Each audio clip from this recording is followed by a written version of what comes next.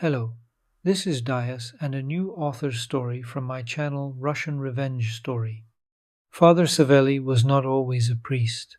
Previously, he had no connection with the church at all, and no one from his circle would have ever thought that someday in the wildest dreams he would become a priest.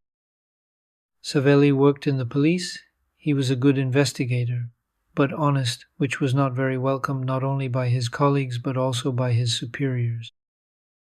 When Saveliy was unraveling that terrible case, he was threatened, but he still thought that where only money was involved, there would be no bloodshed. He was wrong, because very large sums of money were involved. To dig further meant to dig a hole for yourself. But Saveliy believed in justice. On the day when he realized who was behind the whole scheme, he received a call. Listen, every person has something very important in life. For some, it is family, and for others, it is money. In our case, it's money, and in yours, it's family. Understand, if we lose money, you lose your family. Then he sent them. How proud he was of himself. He felt on top of things. After dinner, he reported that the case was solved, and in the evening, when he was already getting ready to go home, he received a call and a dry, official voice telling him that his wife and son had been shot right on the playground. He barely remembered what happened next. Only one thing stuck in his memory. He was driving the car to where the culprit was, but he lost control and flew off the turn. He left the hospital 3 months later. His mother-in-law spat at his feet and asked, "Tell me, who needed your honesty?" He started drinking. He drank, lay around, all the time wanting only one thing, to die quickly. Father Vasily found him in this state behind the church.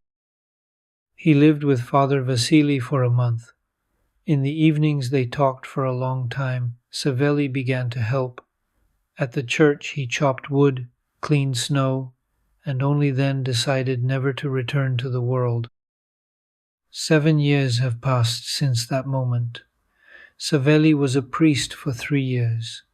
He always tried to come to the rescue, not only in word, but also in deed. More than once he picked up brothers like himself, warmed them up, fed them. Several people changed a little, but he considered this a victory. "Father Saveliy, we can begin. Everyone is here." "Okay, I'll be there in 10 minutes. Can't you hurry up?" He looked at the woman in surprise. She was the mother of the guy who was buried today. Although no, she is too young to be his mother. Then it turns out that she is a stepmother. Obviously, this lady, who was diligently rubbing her eyes with a handkerchief, trying to squeeze out at least a tear, was in a hurry. Strange, where is the guy's father? Apparently the family was not poor. Saveliy understood perfectly well that it was none of his business. His business was to sing the funeral service, to prepare the soul of the guy, and everything else was worldly. But for some reason he could not calm down. He approached the people, of whom there were a lot in the church, mostly young people. He stood behind, so that no one would pay attention to him. A young girl was sitting by the coffin, apparently the fiancée or girlfriend of the deceased guy. She was the one with no face. She was not just suffering, she was in some kind of prostration. She was supported by 2 friends, also tearful. Saveliy looked around for the lady who was rushing him. She was standing next to the young man. He was holding her by the waist as if he owned her. She looked angrily at her watch. "What a bitch! She even dragged her lover here," they whispered in the crowd. "Yeah, that's how it is. After all, even a fool can understand that Pashka didn't die for nothing. Do you know something?" "Yeah, if only. But when his father died, the will said that she was his guardian only until Pashka got married. Do you think he just died 2 weeks before the wedding?" The young people standing right in front of him were talking. Saveliy tensed up, but then remembered that he hadn't been an investigator for a long time. His job was to help souls find peace. This guy's soul, too. She's not guilty of anything. Listen, maybe we should call the police? What's the point? Don't you know who her lover is? And who? The nephew of our police chief. What a trap. Pashka suspected something, and literally a week before his death, I heard his conversation, and Katya cried so much, begged him to give up some idea. But you know Pashka. He only laughed and said that as soon as he exposed someone he would definitely calm down. Then they left the balcony, and what happened next, I did not hear. But I am completely sure that he was talking about his beloved stepmother. Saveliy sighed. Nothing has changed in this world. Nothing at all. All the same lies, all the same cruelty. He did the right thing by leaving. All this made the woman in mourning more and more nervous. Saveliy moved into the hall. Everything was ready for the funeral service. But something did not give him peace. He wanted to delay the moment, as if something was not finished with the guy. He looked at the dead man, very young, about 25 years old, no more. Saveliy was about to leave the group and go back to his place, but the girl who had just been crying suddenly jumped up and immediately collapsed on the floor. People rushed to her, and the smell of ammonia wafted in. That woman ran up. "Ekaterina, stop making a circus." Her voice echoed somewhere under the vaults. Saveliy touched her hand. "Please, don't talk so loudly." "What? Start already? How long can you drag it out?" "Forgive me, but if something is interfering with the funeral service, it means that the person's soul has not yet completed its work in this world." "What are you talking about? What soul? Don't tell me this nonsense. Start." The girl was seated on the chair again. Saveliy leaned towards her. "How are you feeling?" She looked up at him. He had never seen so much pain. Her gaze consisted of one continuous wound. She silently lowered her eyes, and Saveliy finally decided to begin. The funeral service was proceeding as usual, when at one of the moments when it was required, he came closer to the coffin, leaned over a little, and suddenly fell silent. He was silent for a whole minute, and still stood leaning over. The girl looked at him in amazement, and with some kind of hope, or something, as if she was waiting for the words that everyone was wrong, that Pashka was alive. "What's the matter?" The shrill voice of Pashka's stepmother rolled out under the vaults again, and Katya kept looking and looking at the priest.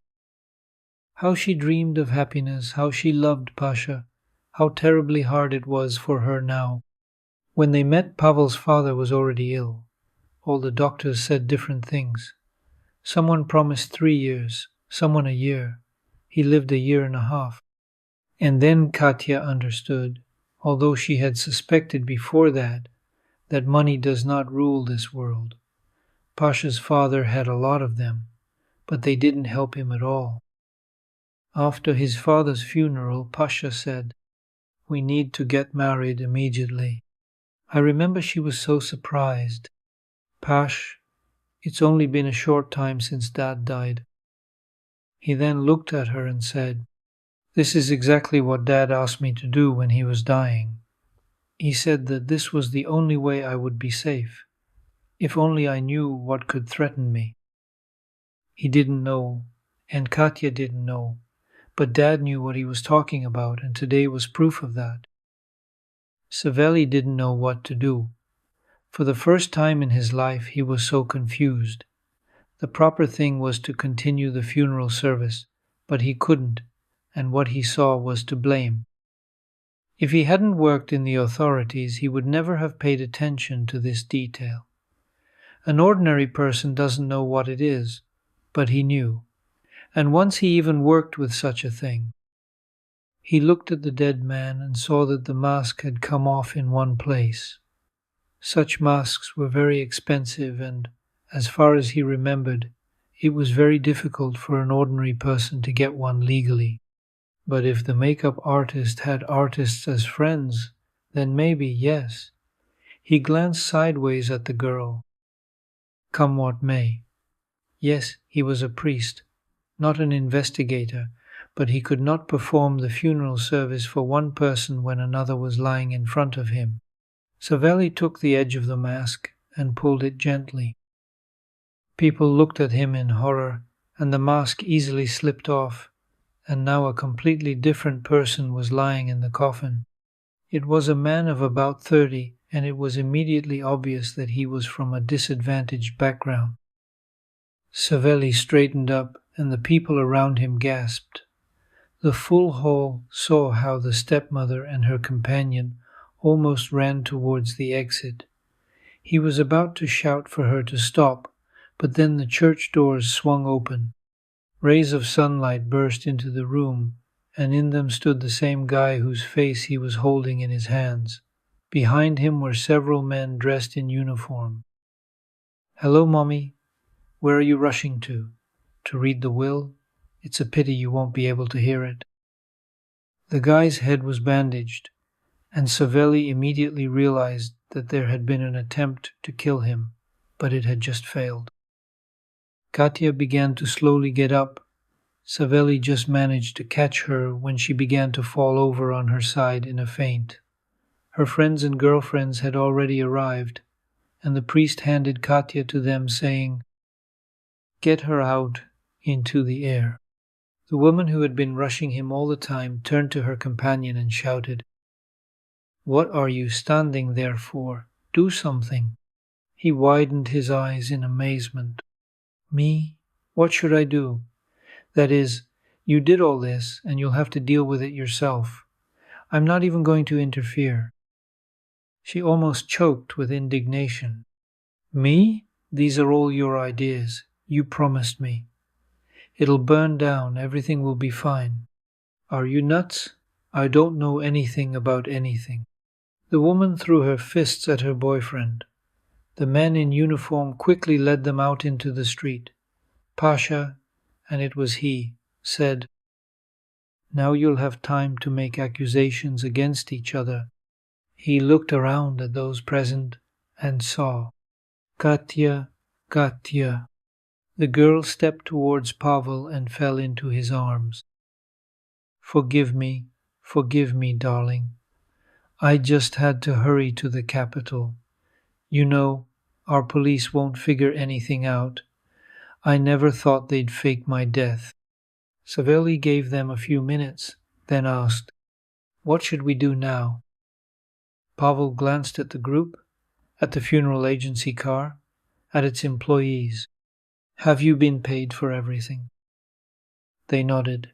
True, it didn't happen right away, because for about 5 minutes they had been standing there like statues with their mouths open.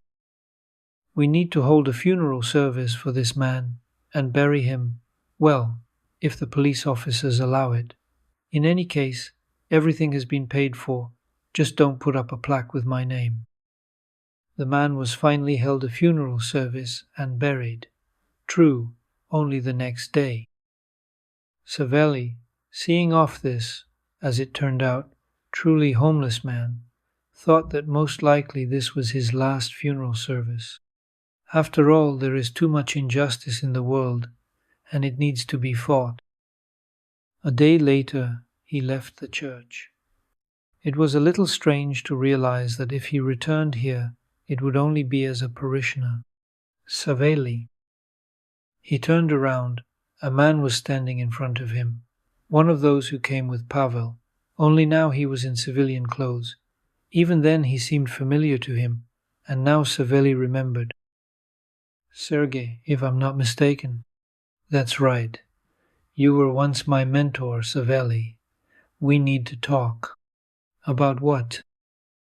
"The thing is that the police in your city will be almost completely disbanded, and we need people who will take leadership positions. people who will not give up and will not break. I know everything that happened to you. I express my sincerest condolences, but I would like to talk about the possibility of your return. Saveliy smiled slightly. There is a good cafe nearby. I haven't eaten secular food for a long time. Let's go. Sergei smiled. Maybe 100 front-line soldiers? A month later, the doorbell rang. Saveliy, very surprised, went to open it. Only a few knew that he was here again, with people. Pasha and Katya were standing on the threshold. Forgive me, please. I used my father's connections to find you. What? Already found? What happened? Yes? That is no. Katya and I came to invite you to the wedding. Saveliy smiled. Well, well. So many events that he simply couldn't take it all in. Katya frowned. Just don't tell me you won't come. I won't tell you. I'll come. Someone has to bless you. If you like the story, please support me with a like.